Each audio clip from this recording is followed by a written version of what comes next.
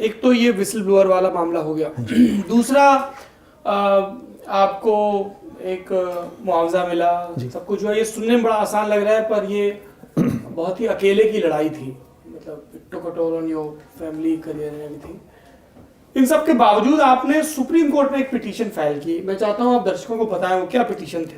देखिए क्या है कि ये पूरी जो लड़ाई थी रैनबैक से की, इसको लड़ने के बाद मुझे एक बात समझ ये आई है कि देखिए ये जो हो रहा है आज हमारे यहाँ पे, और ये एक ही कंपनी नहीं है, बड़ी सारी कंपनीज हैं जिन पे कंट्रोल करना बहुत ज़रूरी है। हाँ, ये तो सब एक केस है। एक केस है। चाइना की कितनी कंपनियां पकड़ी गई, बड़ी सारी कंपनीज हैं। वो तब तक नहीं हो सकता जब तक हम लोग हमारी रेगुलेशन स्ट्रेंथन नहीं करेंगे और हमारे रेगुलेटर को स्ट्रेंथन नहीं करेंगे। ये बहुत ज़रूरी है। देखिए हमारे पास पता है कैसे हम लोग क्वालिटी को कैसे असेस करते हैं। हमारे लॉ में ये लिखा गया है कि हेल्थ स्टेट सब्जेक्ट है, तो हम लोग क्या करते हैं कि हर स्टेट का जो रेगुलेटर होता है उसके पास एक बजट होता है।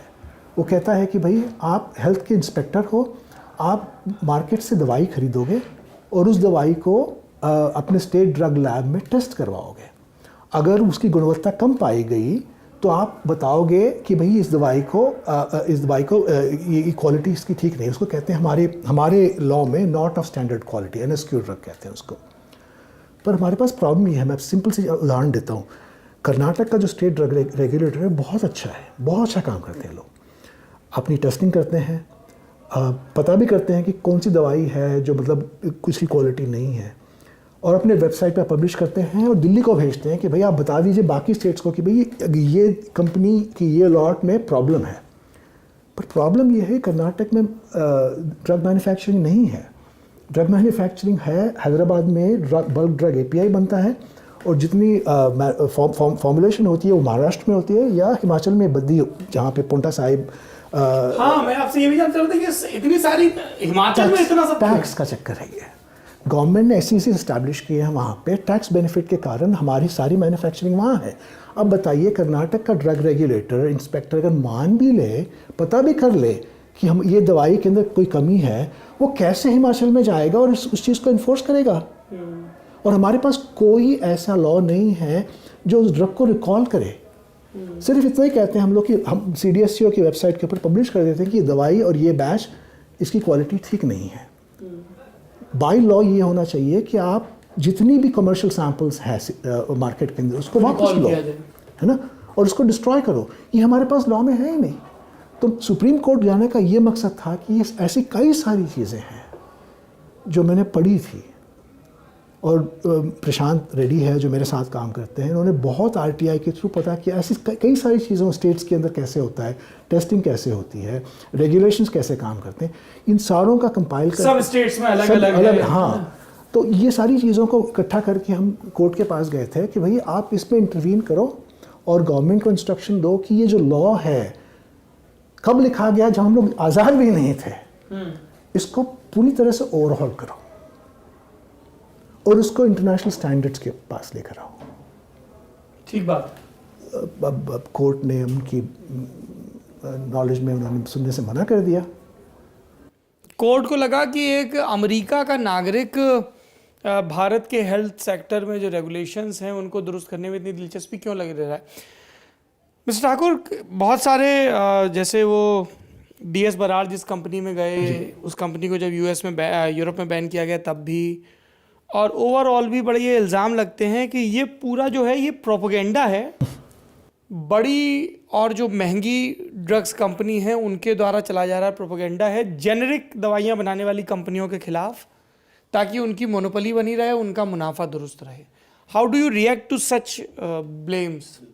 देखिए मैं ये कभी नहीं कहूँगा कि ये जो आप जो कह रहे हैं सरासर झूठ है। ये नहीं हो सकता। मैं इसलिए ये कह रहा हूँ कि जो इनोवेटर कंपनीज है, बड़ी फार्मा कंपनीज हैं, ये लोग भी अपनी मैन्युफैक्चरिंग इसी कंपनी से करवाते हैं आउटसोर्स करके। तो इनको ये बोलने का ये कोई हक नहीं है कि जो क्वालिटी बन रही है गलत क्वालिटी बन रही है। प्रॉब्लम वो नहीं है। वो लोग क्या करते हैं कि यहाँ से जो बन के चीज़ आती है उसको डबल टेस्ट करते हैं मार्केट रिलीज करने के पहले। क्वालिटी कंट्रोल सख्त है। बिल्कुल। और वो चीज़ अगर हमारे पास यहाँ हो जाए तो ये जो अभी मैं सिंपल सा एग्जांपल देता हूँ आपको। हमारे देखिए मेडिकल स्टोर में बहुत प्रॉफिटेबल बिजनेस है, बहुत प्रॉफिटेबल बिजनेस है, इसमें मार्जिन बहुत होते हैं।